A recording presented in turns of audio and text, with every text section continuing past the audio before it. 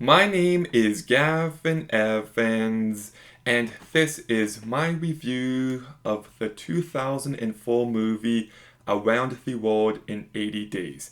And strangely enough, I actually have so much nostalgia for this movie because I watched it all the time as a kid and I just loved it. So, I just gave it my first rewatch in a very long time. And it bums me out to say that this movie does not hold up. Like, it's not terrible, but it's also not a movie I ever plan to go back to. So let's begin by talking about the cast. And Steve Coogan isn't the traditional leading man, but I thought he was just the perfect choice for this movie. He brings so much personality to his character, and I really like his character arc, and he sells you on it. Like, I really wish he was in more movies because he's actually an underrated talent. We then got Jackie Chan, who brings the proper amount of physicality to this movie, and I love how sincere his character was.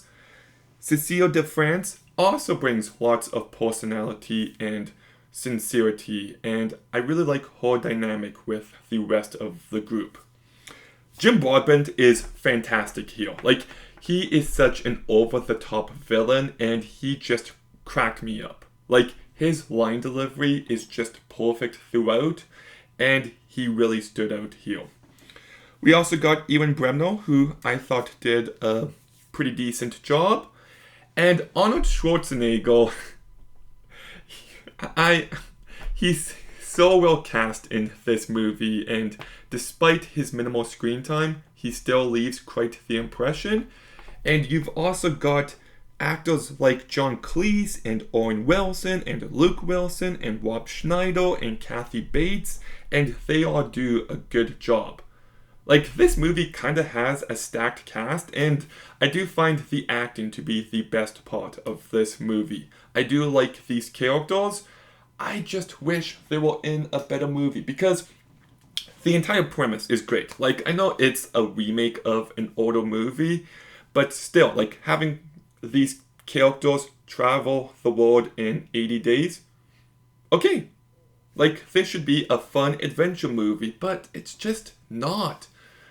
Like, despite the fact it's a family movie, and despite the fact that it's very silly, I also find this movie to be pretty bland, and at 2 hours long, it kind of feels like a big drag. And the movie's directed by Frank Coaxi, who I like. He did what did he do? He did Click, and I love Click. He did Blended, which I like. He did The Waterboy, which I like, and The Wedding Singer, which I love, and Here Comes the Boom, which is actually pretty decent. So I do like him as a director, but his work here is just so underwhelming. Like, the action, it's very bad. Like, Jackie Chan is trying his best, but the direction just drags those action sequences down.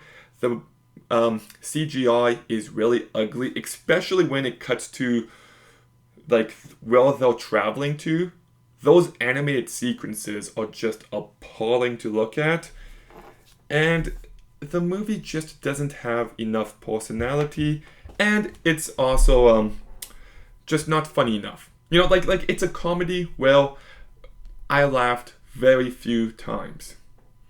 So yeah, I don't know. It's just a very underwhelming movie. It's very forgettable, and I didn't really care for the script either. Like, it starts off pretty good.